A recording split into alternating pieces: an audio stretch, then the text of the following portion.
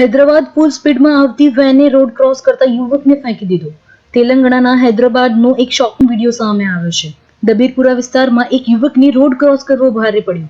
ફૂલ સ્પીડમાં આવતી એક વેને રોડ ક્રોસ કરતા યુવકને ટક્કર મારી હતી.